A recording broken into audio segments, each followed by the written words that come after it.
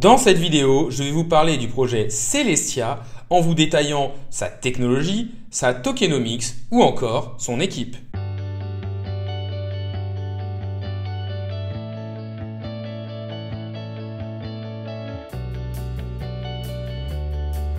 Salut à tous, c'est Inspecteur Crypto, bienvenue dans la vidéo du jour qui va parler du projet Celestia.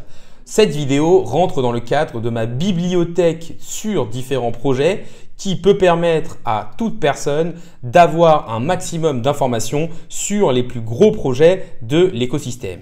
N'hésitez pas à liker la vidéo, à me dire en commentaire quel est votre projet préféré. N'hésitez pas non plus à vous abonner, ça récompense le travail que je fais au jour le jour et ça permet de faire grossir la communauté. Mais on va tout de suite passer sur le thème de la vidéo du jour, à savoir parler du projet Celestia, que ce soit d'un point de vue technologique, de son équipe ou encore de la tokenomics. Le projet Celestia est au niveau de l'infrastructure du Web 3.0. C'est donc un projet hyper important pour l'adoption de masse.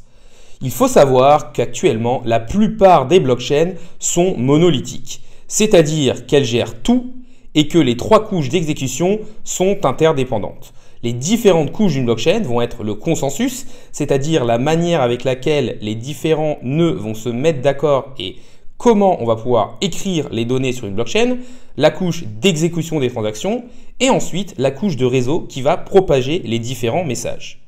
Le projet Celestia est lui dans le narratif des blockchains modulaires et donc de l'infrastructure Web3. Une blockchain modulaire est un registre distribué d'informations qui sépare les trois couches d'exécution d'une blockchain pour résoudre le fameux trilemme des blockchains. Le trilemme des blockchains nous dit qu'on ne peut pas être bon à la fois d'un point de vue de la décentralisation, de la sécurité et de la scalabilité. Il faut à chaque fois en privilégier deux. Les différentes couches vont être séparées et traitées séparément pour être optimisées. On a donc une décomposition des composants. Cela va permettre d'avoir la couche de consensus, la couche d'exécution et la couche de réseau la plus adaptée et optimisée à son projet. En quelque sorte, on va faire une pile de couches pour créer une blockchain qui est parfaitement adaptée à ce que l'on souhaite faire. Le meilleur exemple, c'est celui d'une équipe de foot pour moi qui ont des postes spécialisés. En effet, vous n'allez pas mettre un gardien en attaque et un attaquant dans les buts. Votre objectif, ça va être que chaque poste soit optimisé, d'avoir des attaquants qui sont capables de marquer des buts et de se démarquer, d'avoir des milieux de terrain qui sont capables d'organiser le jeu, d'avoir des défenseurs qui vont soutenir le gardien et d'avoir un gardien qui est capable d'arrêter des buts. C'est un peu la même chose avec Celestia qui va permettre d'apporter une synergie entre tous les projets en apportant tout ce qui se fait de mieux au meilleur poste. Celestia, c'est un réseau de blockchain modulaire qui va fournir la couche de consensus et la disponibilité des données. La couche de consensus, c'est la manière avec laquelle on va se mettre d'accord. Ces deux couches vont être le socle d'une blockchain. La disponibilité des données, c'est le fait de vérifier que toutes les données ont bien été publiées. Celestia sait vérifier si toutes ces données ont été publiées derrière l'entête d'un bloc. L'entête d'un bloc, c'est le titre et un bloc, c'est tout simplement un ensemble de transactions ou un ensemble d'informations. Cela va permettre aux nœuds de validation légers d'une blockchain, c'est-à-dire les nœuds qui n'ont pas téléchargé toute la blockchain mais seulement les entêtes, de vérifier les données sans avoir à télécharger toute une blockchain. Et ça, c'est hyper important d'un point de vue de la décentralisation. En effet, le fait d'être décentralisé, c'est d'être distribué sur un nombre de nœuds de validation le plus élevé possible. Si vous voulez, vous allez avoir les nœuds lourds qui vont télécharger toute la blockchain et avoir tout l'historique, mais le fait d'être un nœud lourd, ça demande d'avoir un espace de stockage élevé et d'avoir surtout un ordinateur ou une machine assez évoluée. Et ça a un coût. Et le fait que les nœuds légers puissent, grâce à Celestia, vérifier que l'ensemble des données ont été publiées sans avoir à tout télécharger, ça va permettre de simplifier le fait d'être validateur d'une blockchain et donc ça va permettre justement d'avoir plus de validateurs et donc une meilleure décentralisation. Le projet Celestia utilise l'échantillonnage de données qui permet aux nœuds légers de vérifier le caractère complet d'un bloc en termes de données sans avoir à tout télécharger.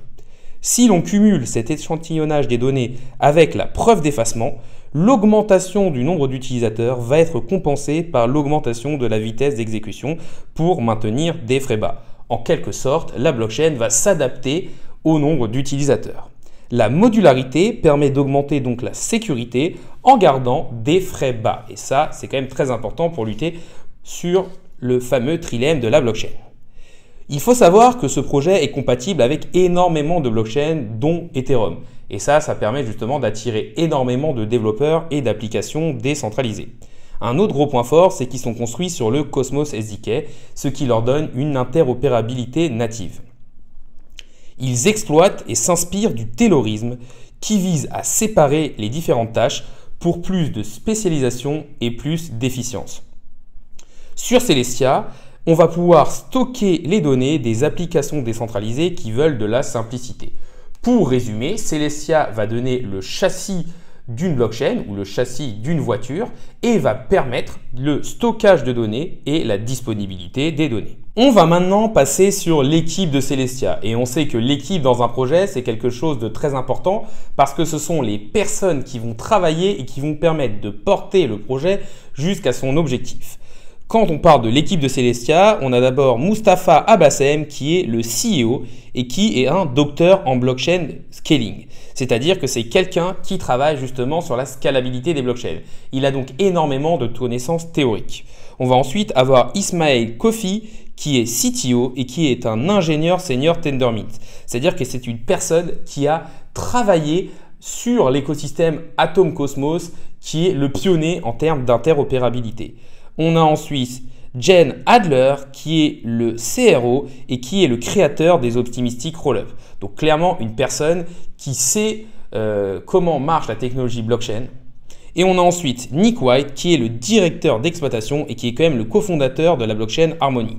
Donc on voit qu'on a une équipe qui clairement s'y connaît en blockchain. On a des personnes extrêmement calées qui peuvent emmener un projet comme Celestia sur son objectif. On va maintenant passer sur la tokenomics du jeton Celestia.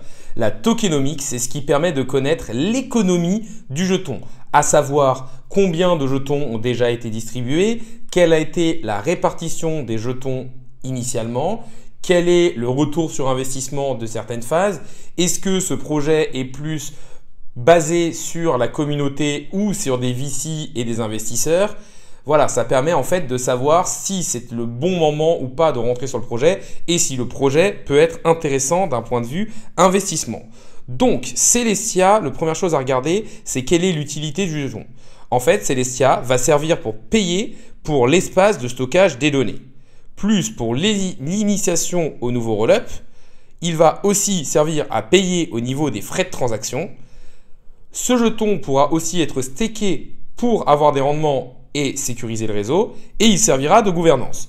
Donc, la chose positive, c'est que le token Celestia est un utility token, c'est-à-dire qu'il va être utilisé pour payer tout ce que vous allez faire sur le réseau. Et donc, si Celestia est extrêmement utilisé, le prix du token devrait augmenter. La deuxième chose à regarder, c'est quel est le retour des principales personnes par rapport à leur prix d'achat. Si on regarde la première seed, on voit que le prix d'achat des personnes n'était que de 1 centime. Donc, ils l'ont eu vraiment extrêmement bas et ont des retours sur investissement totalement fous. C'est pour ça que dès qu'il y aura de la libération de tokens de leur côté, ils devraient avoir une énorme pression vendeuse sur le jeton. Si on regarde la deuxième vente, on voit qu'ils l'ont eu aux alentours des 10 centimes. Donc, eux aussi ont un énorme rendement. Et par contre, si on regarde les personnes qui l'ont eu dans la deuxième private, là, on voit qu'ils sont aux alentours des 1 $. Donc, ils ont toujours un bon rendement, mais ce n'est pas non plus un rendement totalement fou. Maintenant, on va aller sur l'offre en circulation. C'est vrai que le jeton s'est lancé il y a très peu de temps. On voit qu'on est aux alentours de 14% de l'offre totale parce qu'il devrait avoir 1 milliard de TIA. Mais par contre, il n'aura pas de max supply. C'est-à-dire qu'on aura une inflation une fois que tous les jetons auront été émis. Maintenant, si on regarde la tokenomics de base, on peut voir qu'il y a 26,8% qui sont au niveau de la recherche et développement et de l'écosystème. Environ 20% pour les séries A et les séries B, c'est-à-dire les investisseurs qui sont des VC. Ensuite, on a 17,6% pour l'initial core contributeur qui sont encore des investisseurs. L'acide, 15,9% et 20% pour les autres.